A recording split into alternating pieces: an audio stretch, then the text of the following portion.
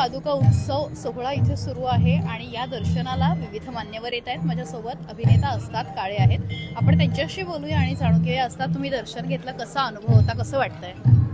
अगदी खरं सांगायचं तर आत्ता मला शब्द सुचत नाहीये, कारण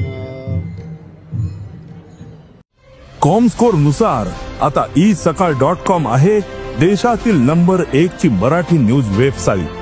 प्रत्येक अपडेटसाठी isakal.com ला नक्की भेट द्या।